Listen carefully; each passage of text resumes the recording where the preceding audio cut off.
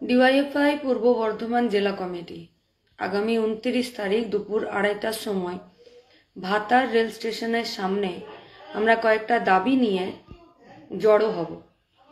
তাই আপনাদেরকেও আবেদন জানাচ্ছি, আসুন দুপুর 2:30টায় 29 তারিখ ভাতার রেল স্টেশনে। আমাদের দাবি কি? এই দেশের আজকের সরকার তারা বলেছিলেন যে মানুষের স্বার্থে তারা কাজ করবেন।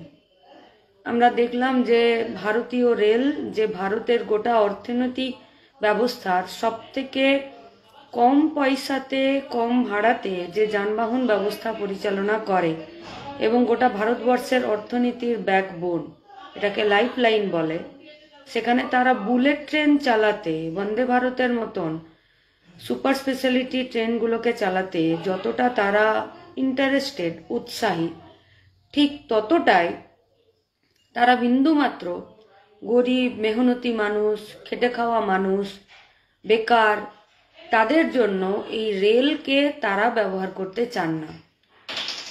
এই যে বর্ধমান কাটোয়া লাইন, কাটোয়া আহমেদপুর লাইন, এখানে পর্যাপ্ত পরিমাণের ট্রেন নেই, অথচ পার্শ্ববর্তী জেলা আমাদের পূর্ব বর্ধমান জেলা, এই জেলার গরিব সাধারণ মানুষ প্রতিনিয়ত এই ট্রেন লাইনের উপরে নির্ভর করে। আচ্ছা, ট্রেনকে যদি বাদ দিয়ে অন্য কোনো যানবাহনের ব্যবস্থা যদি করে, পেট্রোল ডিজেলের দাম এত বেড়েছে যে তার ভাড়া আমাদের নাগালের বাইরে। পকেটে আমরা যেটুকু রোজগার করছি সেটুকু দুবেলার পেট পুরে ভাত খাওয়ার জন্যেই, নিজেদের মাথার ছাদ তো বাদ দিয়ে দিন, নিজেদের প্রয়োজনীয় বিভিন্ন জিনিসপত্রের জন্য সেটা আমাদের সংকুলান হচ্ছে না, কুলোচ্ছে না। তাহলে তার সাথে আরো এক্সট্রা অনেক খরচ বাড়ছে, যে খরচগুলোকে সামনে নিয়ে প্রতিদিন চলাটা খুব মুশকিল। ডিওয়াইএফআই, ভারতের গণতান্ত্রিক যুব ফেডারেশন, সবার জন্য কাজ ও শিক্ষার দাবিতে তারা লড়াই করে।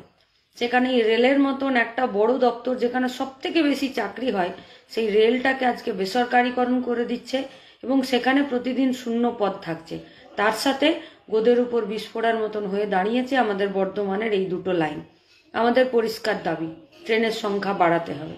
আমাদের পরিষ্কার দাবি, প্রতি ঘন্টায় আপ অ্যান্ড ডাউনে সেখানে ট্রেনের বেশি চলাচল করাতে হবে। তার জন্য যেখানে যা ব্যবস্থা রেলের কর্তৃপক্ষকে নিতে হবে। আমাদের দাবি, রেলকে বেসরকারিকরণ করা যাবে না। আমাদের দাবি, রেলে যা শূন্য পদ আছে সেই শূন্য পদে নিয়োগ করতে হবে। সাধারণ বেকার ছাত্র যুবদের জন্য, খেটে খাওয়া মেহনতি মানুষের জন্য পূর্ব বর্ধমান সাধারণ মানুষকে সাথে নিয়ে এই আন্দোলনের আহ্বান জানিয়েছে, ডাক দিয়েছে। আপনাদের কাছে আমাদের আবেদন, আমরাও রাজ্য কমিটির পক্ষ থেকে ভাতা স্টেশনে সেদিনকে থাকব, এই বেশি ট্রেন চলাচলের করানোর দাবি নিয়ে, শূন্য পদ পূরণ করার দাবি নিয়ে এবং তার সাথে রেলকে বেসরকারিকরণ করা যাবে না তার দাবি নিয়ে।